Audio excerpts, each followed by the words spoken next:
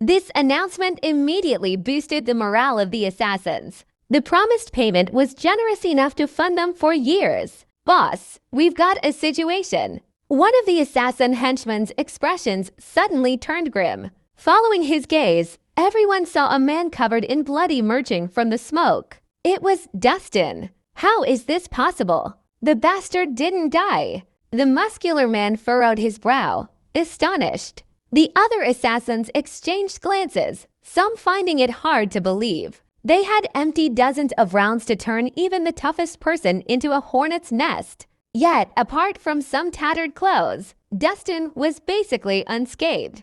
The blood on him was from the woman earlier. What the hell? The bastard actually survived. The muscular man tossed his cigarette to the ground and crushed it. "All of you, today you must die," Dustin uttered coldly. There was no anger, no shouting, just a steely detachment that sent shivers down their spines. "Quick, shoot." The muscular man hastily changed his magazine. The other assassins raised their guns and fired. But in the next second, Dustin disappeared from his spot. When he reappeared, he was already amidst the assassins. With a swift swing of his hand, he cut one assassin, along with his gun, in half. A punch followed, piercing through another assassin's chest before they could react. In the blink of an eye, two fully armed assassins were dead.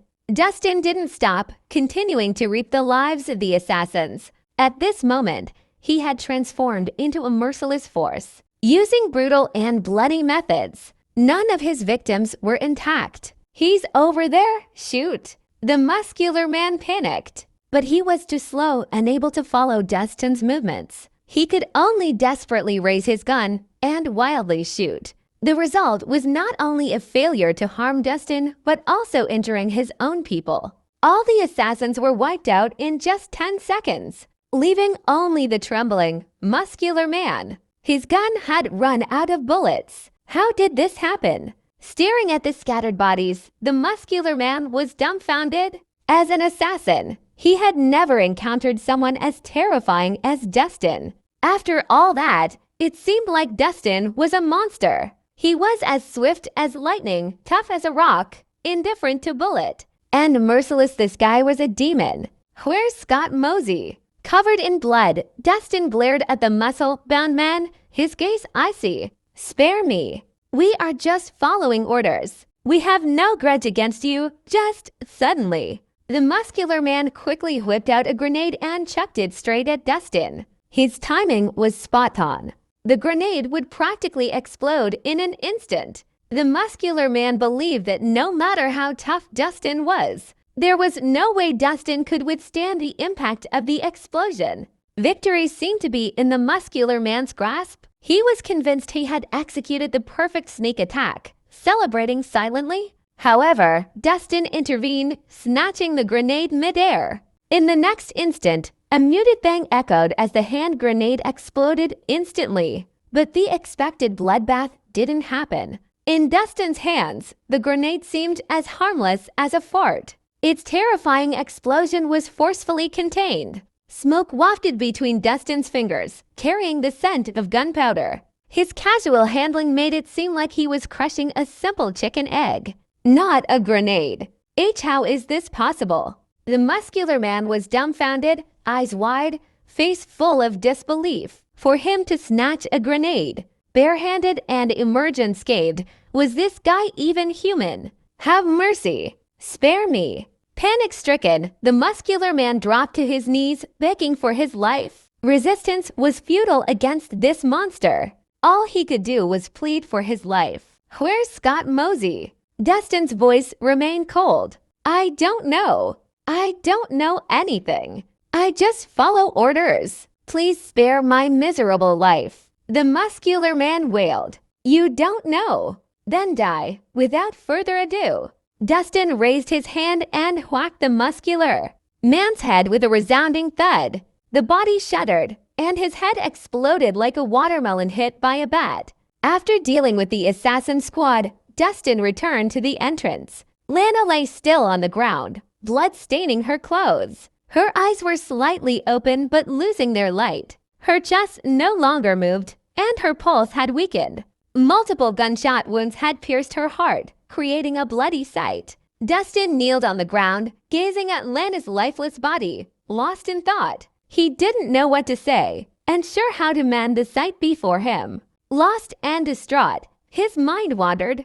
In a moment of reverie, he almost saw Lana rise again, smiling at him. Memories of their encounters flooded his mind. "Handsome, are you interested in being my 108th boyfriend? How about spending the night at my place? The bed's big and comfy, guaranteed to make you linger. Handsome, you came at the right time. Let me introduce you. This is my dad, your future father-in-law. Handsome, living alone here is a bit scary. How about you keep me company tonight? Those rumors, you know, are not almost all true. Many say I'm fickle and fond of keeping boy toys. I won't admit to being fickle, but the boy toys thing is true. I'll find a way out of this and protect myself. You should go. Don't worry about me. Go, quickly." Dustin's eyes reddened as he recalled those moments. His lips trembled and his heart ached. Lana's final words echoed in his ears, refusing to fade away. "Dustin, what should I do? I think I've fallen for you.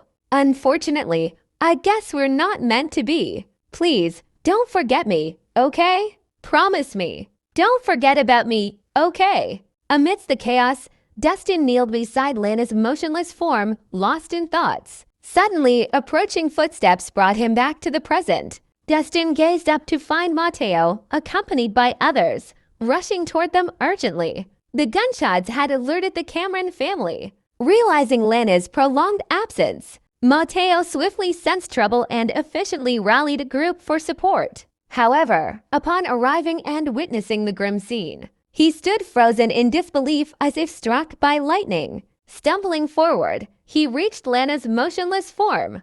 After confirming the grim reality, he released a gut-wrenching, mournful cry. "Lana, my daughter, Lana." Mateo collapsed beside her, and his cries filled with sorrow. Since his wife's passing, he and Lana had been each other's pillars of strength. He had envisioned witnessing Lana's wedding, rejoicing in her motherhood journey, and holding his grandchildren. But today, unexpectedly marked a farewell to the living and the departed. In that instant, a sharp blade seemed to pierce his heart. "I'm sorry. It's all my fault," Dustin confessed with his head down. Guilt etched across his face. Were it not for him, Scott wouldn't have targeted Lana. If Lana hadn't tried to save him, she wouldn't have met such a tragic end. Dustin was always cautious about making friends. He was now faced with the harsh reality that fate had snatched that friend away right before his eyes after finally finding a kindred spirit. In the aftermath of that crushing blow, Dustin found himself consumed by a blend of grief and self-reproach. Why? Why did this have to happen, Dustin? It's because of you that Lana is dead. Mateo seethed with resentment, delivering a forceful punch to Dustin's face. Choosing not to block the punch with his true energy, Dustin was propelled backward by the force. He landed heavily on the ground, and blood trickled from the corner of his mouth. "I'm responsible for Lana's death. You can hit me and yell at me. I deserved it," Dustin confessed with a bowed head and a hoarse voice. "Get out. I don't want to see you again." Mateo roared with red eyes and frustration. "I'm sorry." Dustin cast a deep gaze at Lana's lifeless body before rising and departing. All he could do now was seek retribution for Lana, making the wrongdoer pay, whether it was Scott or the Moseys. Even if it meant risking himself, he was determined to bring justice for Lana. Back in his car, Dustin dialed a number back in his car. He stated bluntly, "Adam, I need to know Scott's whereabouts. And the sooner, the better." "Okay, give me 10 minutes. Adam didn't say more and promptly ended the call. 10 minutes later, Dustin answered the ringing phone. Adam delivered the information. "Scott is hiding out at Jadaleaf Manor. It's Anders' territory. Be careful." "Got it," Dustin responded and hung up, slamming his foot on the gas pedal and heading straight for Jadaleaf Manor. Regardless of who protected Scott, today he would face the consequences. Meanwhile, inside Jadaleaf Manor, Anders known as the Veros Warrior, was joyously celebrating with his friends and associates. Almost all of them were high-ranking members of the Moses, wielding power and influence across various industries. Though individually inconspicuous, their combined force was nothing short of terrifying. Anders organized an exclusive gathering with two purposes too: win over them and gather intelligence. It's an honor to have you all at Jadaleaf Manor. Let's raise our glasses to a toast. He grinned, lifting his glass for a round of toasts. Seeing this, the attendees, filled with respect, promptly stood up, toasting in return. After all, the man in their midst was the god of war, the mightiest warrior in Dragonmarsh, and he was also the pride of the Moses. Anders was a figure who naturally commanded respect to wherever he went, and today's warm reception pleasantly surprised them. Sir Anders, we're family. Your words make it sound like we're strangers. Besides, if anyone should be toasting, it should be us to you. You are the backbone of the Mosey family. Scott, seizing the moment, raised his glass passionately. Absolutely. Sir Anders, your combat skills are unparalleled, a real asset to the Moseys. The crowd joined in with praises. Haha, all right, let's drink. Anders laughed heartily, downing his glass in one go. Following suit, everyone emptied their glasses. Friends, the main reason for having you all here today is to discuss something crucial. After the toast, Anders gestured for everyone to sit and got straight to the point. I've heard about recent changes in the Moseys. Our godfather unexpectedly assigned that woman to be chief housekeeper. Do you find that woman befitting for such a role? At these words, the crowd exchanged glances, some visibly puzzled. Clearly, Anders wasn't pleased with Dahlia's rise to power. Of course not. Seeing the hesitation, Scott said, Dahlia is just a woman from some small town. Why should she wield such authority right after joining the Moseys? I think our godfather is truly confused. Scott, choose your words carefully. Anders kept a stern expression, pretending to be displeased. Our godfather is kind and caring. I think someone must have tricked him into making this decision. As his godsons, it's our job to help him see the true nature of these schemers. Sir Anders is absolutely right. That devious Dahlia used sweet words to deceive our godfather. She's just a schemer. In Scott's eyes, the Mosey family was destined to be under Anders' rule sooner or later. It was crucial to choose the right side to join to secure a prosperous future. Friends and relatives, do you think what I'm saying makes sense? Anders' gaze swept the room. Sir Anders has a discerning eye and is wise. He must be right. Who does Dahlia think she is? This kind of person isn't fit to hold power. I say, just kick her out of the Moseys. Absolutely. How can a feeble person like her be compared to Sir Anders, the god of war? If she's in charge of the Moseys, we would be in trouble sooner or later. The room hummed with voices,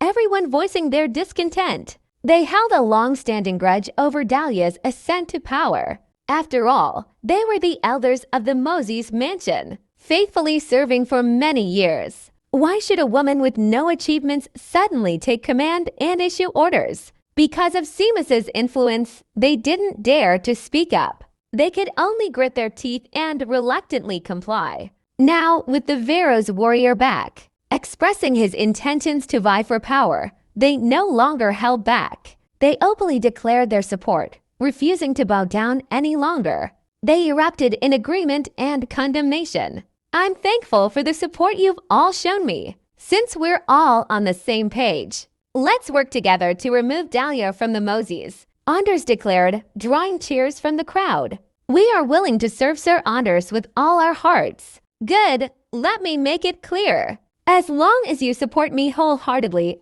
I guarantee you won't be mistreated. Anders smiled. Thank you, Sir Anders. The group expressed their gratitude, toasting once again.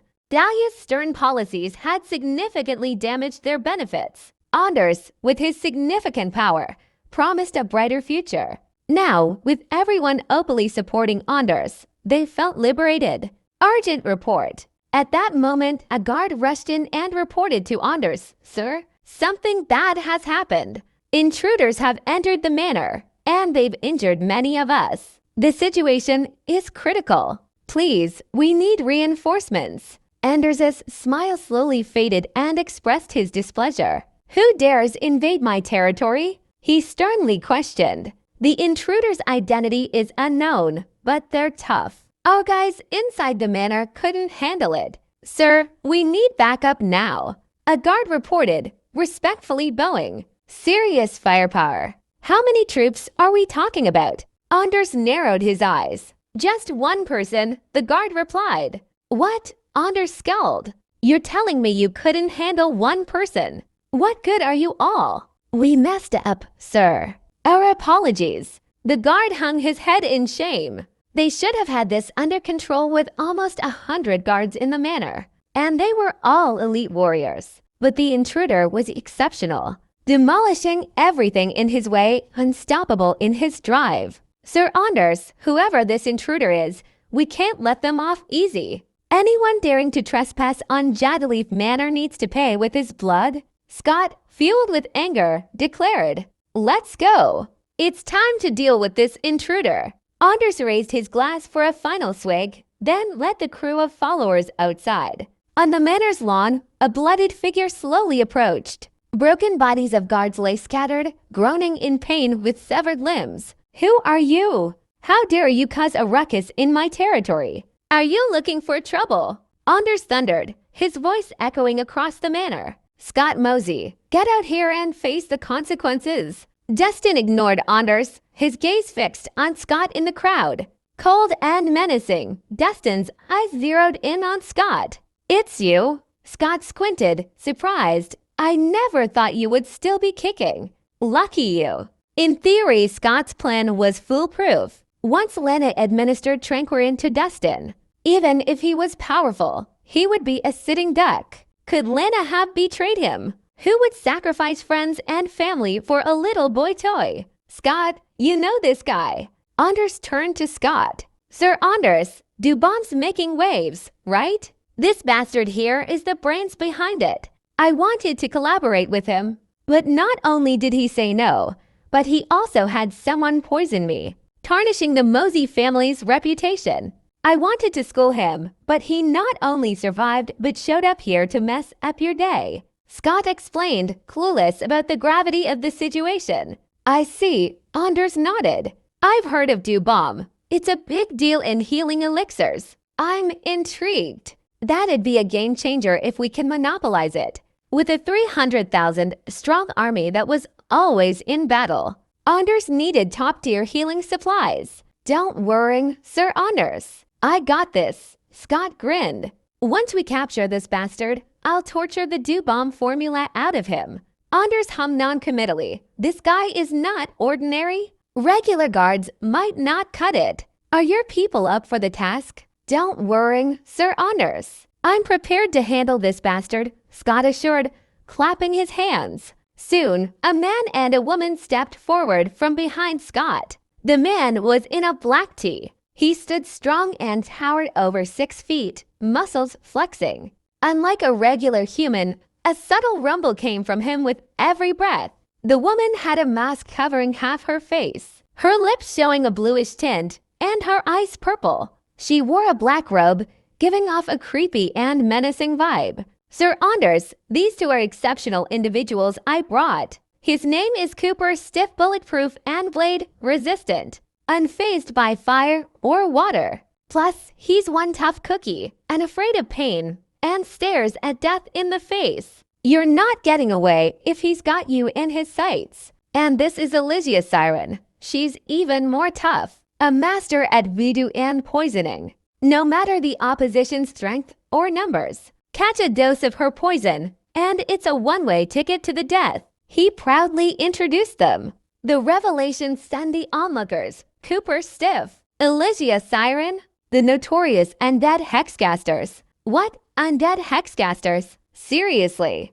didn't they retire? I heard the undead hexcasters were halfway to becoming a grandmother. They specialized in dark arts and brutal techniques. Even a grandmother martial artist would back off if these two teamed up. Scott, I never thought you had this much influence. bringing the undead Hexcasters out of retirement. Impressive! The crowd buzzed with amazement and admiration. The undead Hexcasters' dark reputation aside, their strength was undeniable. Rumor had it they'd even taken down a grandmother martial artist together. I heard Sir Anders values talent, so I pulled these two out of retirement. They're big fans and ready to serve you, Scott flattered. Oh, really? Anders raised an eyebrow, smiling. You both got skills and mystical arts to boot. Under me, I promise you won't get the short end. Thank you, Veros warrior. Cooper and Elysia expressed their gratitude,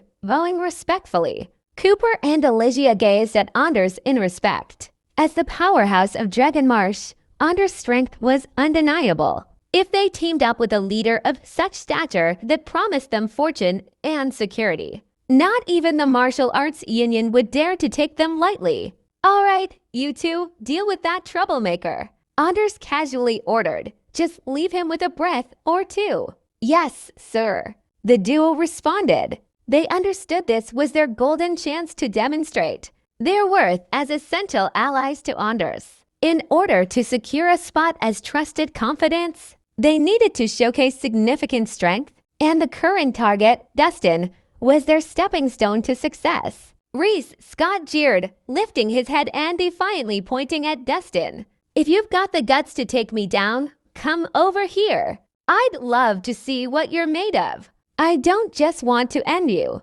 I want to break you into 1,000 pieces, grind your bones to dust. Dustin advanced with a stern expression. Anyone who is not involved, step aside. Those who stand in my way will meet their end. Those who stand in your way will meet their end. You watch too many dramas. Do you think you're some kind of hero? Pathetic. Scott jeered, smirking. Cooper, go entertain him. Just don't kill him. Sir Anders might still have a use for him. Cooper, a powerhouse halfway to becoming a grandmother with his metallic physique. Considered dealing with Dustin an easy task.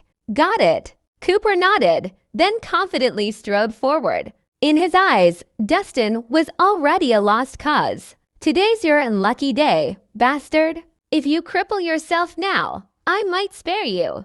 Otherwise, you'll wish you were dead once I make a move. Cooper warned with a booming voice. Get lost or die. Dustin retorted, unfazed. Humph fool, it looks like you need a taste of my power. Cooper snorted, launching himself like a cannonball, heading straight for Dustin. Given his physical prowess, that impact could break not only a person but even the bones of a bull into fragments. This was his preferred offensive tactic, as it showcased power and brutality and exuded significant intimidation. Yet, Dustin stood firm, walking straight toward him without flinching. You asked for it. Dustin's casual demeanor prompted Cooper to step up his game. A metallic glint coated his sturdy frame. There was a loud explosion, and Cooper, possessing a physique akin to steel, collided forcefully with Dustin. To everyone's surprise, Dustin remained standing, with only two deep footprints beneath him. Meanwhile, Cooper was thrown off balance upon impact. He staggered backward, disoriented. All he saw were stars. What? Scott exclaimed, astonished by Cooper being thrown backward. Could Dustin be more tough than steel? Cooper, enough with the theatrics. Don't ruin Sir Anders' mood. Elysia warned, recognizing that using brute force was unwise. While such a bull-like charging attack might impress against weaker enemies, it lacked effectiveness against genuine experts. They needed to exhibit substantial strength and avoid being underestimated to secure a spot under Anders' command. Damn it! Cooper shook his head, spat on the ground, and turned to Dustin. Kid, I underestimated you earlier, but now it's time to get serious. With a vicious grin, he unleashed his full power. Muscles expanded, and an eerie glow radiated from him.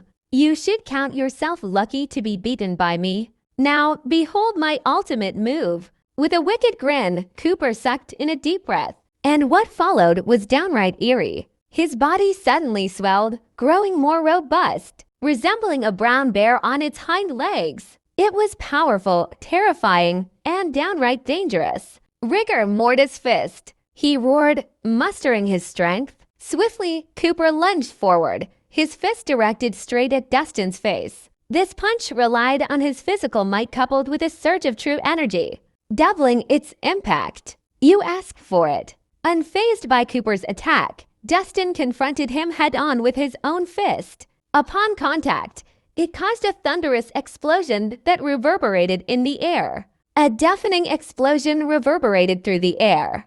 Dustin and Cooper both threw a punch, creating shockwaves of energy. Cooper was sent flying like he was hit by a train, soaring over 30 feet before crashing down.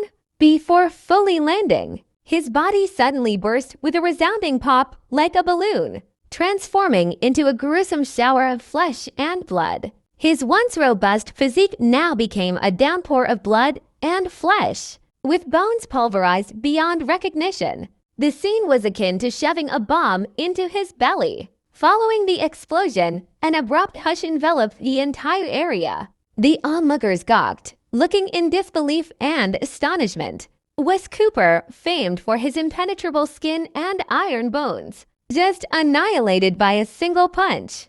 How is this even possible? Cooper, he turned into freaking dust. Damn, one punch and Cooper's gone. Who the heck is this brat? After a brief moment of stunned silence, chaos erupted in the crowd. Spectators stared at Dustin as if he was a monster. Cooper, a powerhouse halfway to becoming a grandmother, was considered nearly unbeatable for anyone below the grandmother rank. However, this formidable figure had been punched into oblivion by Dustin. It was an unbelievable sight. Was this kid some kind of grandmother martial artist? No way. Is this guy really that powerful? Scott widened his eyes, utterly astonished. He had anticipated Cooper easily suppressing Dustin, only to witness Cooper pulverized by a single blow, leaving him in disbelief. What? Anders furrowed his brow slightly, genuinely surprised. Cooper wasn't to be taken lightly, and for Dustin to defeat him in one move indicated grandmother-level prowess. Cooper. After witnessing the carnage, Elysia first froze and then let out a piercing scream. The two had been close for years, yet now her husband, Cooper, was dead. She was overwhelmed with grief and fury. I'll kill you. I'll kill you. Elysia roared, charging forward in a frenzy. At this moment, she cared little about Anders' order to spare Dustin. Her sole focus was to tear Dustin apart as revenge for her husband, Cooper. Elysia raised her hand, and a swarm of venomous wasps surged from her sleeve like a barrage of bullets, relentlessly shooting toward Dustin. Dustin remained expressionless, lightly stomping his foot. A powerful surge of true energy erupted from him. The sound of explosions filled the air like fireworks. Every wasp struck by the true energy exploded into bits, not one escaping unscathed. The pieces of the bodies of tens of thousands of wasps rained down from the sky, covering the ground like rainfall. Undeterred, Elysia continued her assault. She pulled out a mysterious potion, drank it in one gulp, then opened her mouth and exhaled toward Dustin. The exhaled breath had an icy chill and swept forward, covering the ground in a frosty layer. Even from a distance, everyone could feel the bone-chilling cold. Dustin stood frozen at the attack and turned into an ice sculpture by the icy breath. In an instant, everything changed. Elysia's icy breath sent chills down the spine. Everything within 30 feet became solid ice, and even Dustin became an ice sculpture. Haha, frozen solid. This bastard is a goner. Scott laughed, clearly enjoying the spectacle. After Dustin pummeled Cooper with a punch, he couldn't help but feel a bit shaken. Now, witnessing his opponent frozen, his confidence soared. True to Elysia's reputation, her tricks are something else, the astonished crowd noted. It was downright terrifying to freeze a martial artist master with a breath. Elysia, wide-eyed and merciless, threw a punch at Dustin's chest. Freezing was her ultimate move. Anyone she froze would shatter when hit. An explosion echoed as Elysia's fist hit Dustin's chest. The ice shards scattered, but to Elysia's surprise, Dustin remained intact. Not a tear in his clothes. How is this possible? Alicia's eyes widened, struggling to believe her mystical arts did not affect Destin. Get lost or die, Destin stated coldly, his expression emotionless. I'll fight you till the end. Alicia persisted, pulling out a dagger and thrusting it at Destin's throat. The poisoned and lethal dagger clashed against his protective true energy, shattering upon impact. A Grandmaster's protection energy. Alicia's eyes widened in horror. Her golden weapon was deadly sharp and usually couldn't be blocked easily. Only grandmother-level experts could block it. She hadn't expected Destin to be a grandmother martial artist at such a young age. While Alicia was still stunned, Destin struck, and his punch hit her chest. She screamed and flew over 30 feet before crashing lifelessly to the ground. What? Onlookers were dumbfounded. Just moments ago, Destin was frozen. And now he emerged unscathed, defeating Alicia swiftly, and another one of the infamous undead hexcasters met their demise. Destin's power was staggering. No wonder he dared to intrude on Jadaleaf Manor. He was unbeatable. Scott, it's your turn now. Destin turned to Scott, locking eyes with him. His eyes burned with killing intent. Scott's eyes twitched as he took a few steps back. A cold sweat dripped down his body, and his hair stood on end. At that moment, he finally realized the severity of the situation. Destin's strength far exceeded his expectations. For Destin to take down the undead hexcasters with a single move showed that he wasn't just some divine master, but a true grandmother. Martial artist, fuck. How could an unknown kid be this powerful? Hey, pal, I appreciate your skills. I'm giving you a chance to rise to the top now. Anders, who had been watching coldly, suddenly spoke. As long as you're willing to join me, I can overlook today's events. Not only that, I'll get you into the military and give you a high position. From then on, everything will be under your control. What? Scott's expression changed instantly upon hearing this. He hastily said, Sir Anders, this bastard is a ticking time bomb. Keeping him around would be asking for endless trouble. After all, Scott and Destin had a deep-seated grudge. If Destin got on Anders' good side, Scott would be dealing with a much stronger opponent. Obviously, he wasn't too happy about that. I know my strength. Don't worry too much, Anders said indifferently. Destin's strength had made Anders look at him with more respect. It would be a valuable asset to gain such a talent. But Scott was about to say something when Anders shot him a cold look. Do I need to consult you about what I want to do? This immediately silenced Scott, who dared not say another word. So, what do you think of my proposal? Anders looked back at Destin. If you want to negotiate with me, you would have to take care of him first. Destin pointed at Scott. Scott's eyes widened, feeling uneasy. Surely Anders wouldn't come after him for the sake of an outsider. Anders hummed and narrowed his eyes. This condition is a bit too much. I don't know what issues you and Scott have, but I'm happy to step in and settle your differences. From now on, you two can be like brothers, supporting each other through thick and thin. What do you think?